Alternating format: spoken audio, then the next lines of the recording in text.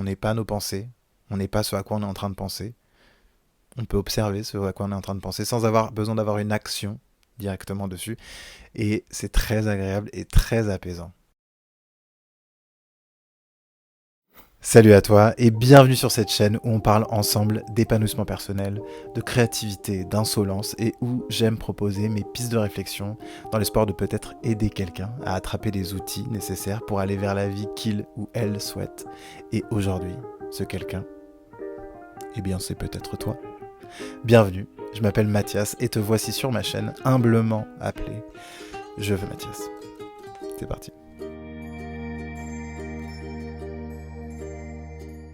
Alors, est-ce que tu te rappelles de la dernière fois où tu étais fatigué ? Maintenant, est-ce que tu te rappelles de la dernière fois où tu n'as pas réussi à t'endormir alors que tu étais fatigué ?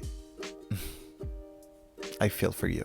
Eh bien, figure-toi que c'était dans une situation comme celle-ci où cette image mentale m'est venue et elle m'a accompagné depuis. Ça fait maintenant quelques mois et j'ai eu très envie de te la proposer aussi. Et peut-être qu'elle pourra résonner dans les moments où tu en as besoin. Pour moi, elle vient contrebalancer le sentiment d'être submergé par mon flot de pensée et elle vient donner un peu de confort à mon cerveau puisqu'elle lui signale que la journée est terminée. Ou bien, parce que ça peut aussi arriver pendant la journée, juste qu'il peut se détendre ou lâcher un petit peu du lest. Dans tous les moments où tu te sens submergé, je t'invite à considérer cette visualisation mentale pour évaluer si elle est adaptée ou pas à ta situation. En tout cas, au moment d'aller se coucher, pour moi, c'est un best-seller. Sans plus tarder, rentrons dans le vif du sujet, je t'explique l'image mentale que je me fais pour calmer un petit peu mon cerveau. Imagine-toi devant un navigateur internet où il y a plein d'onglets ouverts. Il y a déjà la petite graine du stress là qui pointe son nez. En tout cas, moi, angoisse. Déjà, il faut fermer ses onglets. Mais c'est ça l'image en fait. C'est juste de fermer les onglets. For real. Ce que je vais t'inviter à faire, c'est, dès que tu en ressens le besoin, de venir fermer les navigateurs internet.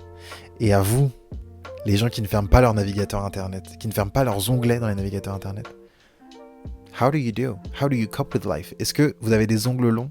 Je pense pas. Je pense que vous mangez vos ongles.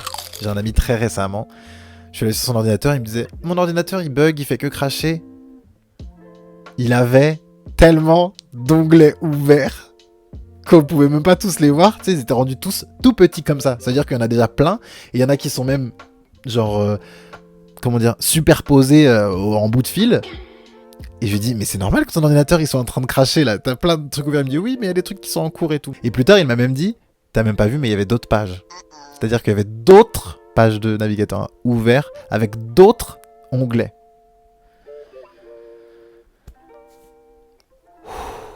C'est trop.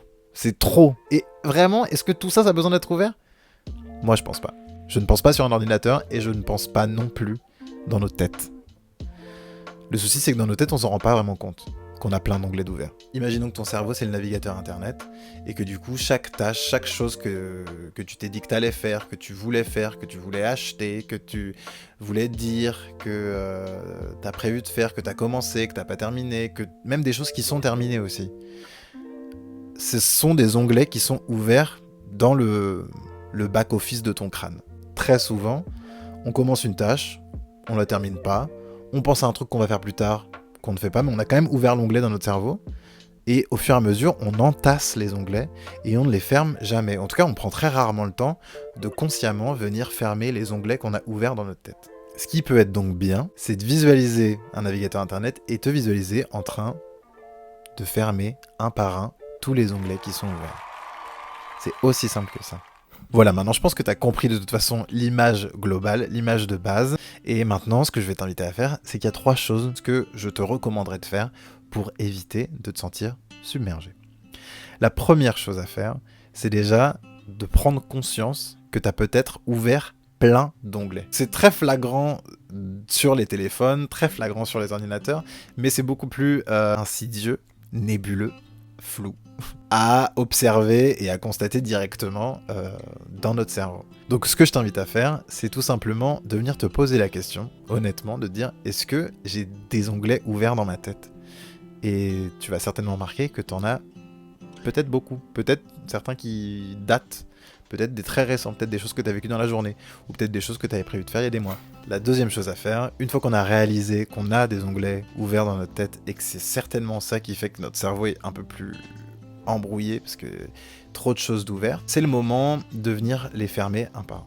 Bloca, bloca, bloca, bloca. Et ici, pas besoin d'en faire un processus de ouf à se dire non, mais il faut vraiment que juste clique sur la croix. Je me donne le droit à un moment, le soir, de me dire en fait, je peux fermer. Avant, je me disais, mais je peux pas encore fermer ça parce que j'ai pas encore trouvé de solution à mon problème. Mais en fait, j'ai aussi compris que dans tous les cas, les choses pour lesquelles je dois trouver des solutions, elles vont se rouvrir toutes seules. Les onglets, par exemple, si on vit quelque chose émotionnellement, on est dans une situation qui nous prend la tête, que ça soit un truc relationnel, un truc de travail, un truc, une recherche de logement, j'en sais rien, quelque chose qui nous préoccupe activement dans la journée. Demain, elles vont faire des petits pop-up. Hop, she's back. Et je vais pouvoir y réfléchir demain, une fois que je me serai reposé. Je peux fermer même l'onglet en cours. Je veux aller dormir en fait. Là maintenant, je veux aller dormir. Je veux pas trouver une solution maintenant. Enfin, j'aimerais bien, mais je sais que voilà, faut aller dormir. Donc, on ferme. En fait, cette image mentale, elle sert juste à venir passer à autre chose. Elle vient juste te rassurer et te dire, c'est bon.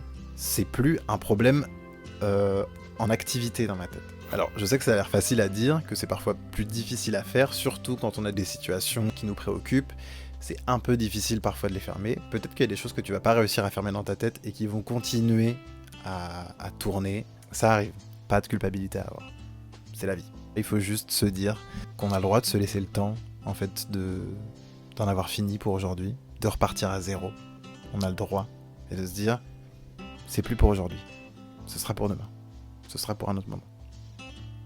La troisième chose à faire, et qui est plutôt quelque chose, pas nécessairement de ponctuel, quelque chose qui peut en fait finalement se faire assez fréquemment, et c'est ce que je t'invite à faire autant que tu le peux et autant que tu y arrives, c'est de méditer. Méditer, ça veut pas dire qu'à la fin tu vas ressortir complètement apaisé et sans souci et namasté. Je pense que chacun vit la méditation un petit peu différemment. Je pense aussi que pour le coup la méditation ça ressemble pas à forcément t'as réussi à faire le vide. Je pense que méditer c'est juste se laisser le droit d'être avec soi, de écouter peut-être juste le bruit du ventilateur. Sur YouTube, il y a plein de méditations guidées où du coup tu suis quand même la voix de quelqu'un et c'est pas en mode juste t'es left dans le néant de tes pensées et c'est angoissant. Si tu t'es peut-être plus habitué à méditer ou à juste contempler tes pensées, peut-être que être juste avec ta respiration, ça va être parfait pour toi. Peut-être que sinon ce sera avec un petit peu de la musique ou un bruit de fond. Moi j'aime bien les bruits genre les bruits de la pluie sur la véranda, les trucs comme ça. Archi niche. Ou alors les bruits brown noise, white noise, tous les bruits un peu d'ambiance. Les bruits d'ambiance pour méditer, c'est des bruits qui te posent ton cerveau et ça peut vraiment aider au moment d'aller dormir. Mais justement, c'est pas seulement au moment d'aller dormir. En tout cas, la façon dont moi je vois la méditation, c'est pas tellement pour dormir, c'est plutôt pour me mettre dans un espace de non-action, entre guillemets. C'est un espace dans lequel j'accepte de n'avoir aucune action à fournir. Et on a tellement l'habitude de faire des trucs, de trouver des solutions, de penser, de trouver des solutions, tout ça, que d'avoir des moments où on accepte juste de regarder les nuages, que ce soit dans la vraie vie ou dans nos têtes, de juste regarder nos pensées, arriver, repartir, faire partie de nous, puis passer, la lali. Et de juste être là, et ben elles deviennent un peu plus familières et surtout ça nous permet de prendre du recul et de se rendre compte qu'en fait il y en a plein. On n'est pas nos pensées, on n'est pas ce à quoi on est en train de penser. On peut observer ce à quoi on est en train de penser sans avoir besoin d'avoir une action directement dessus.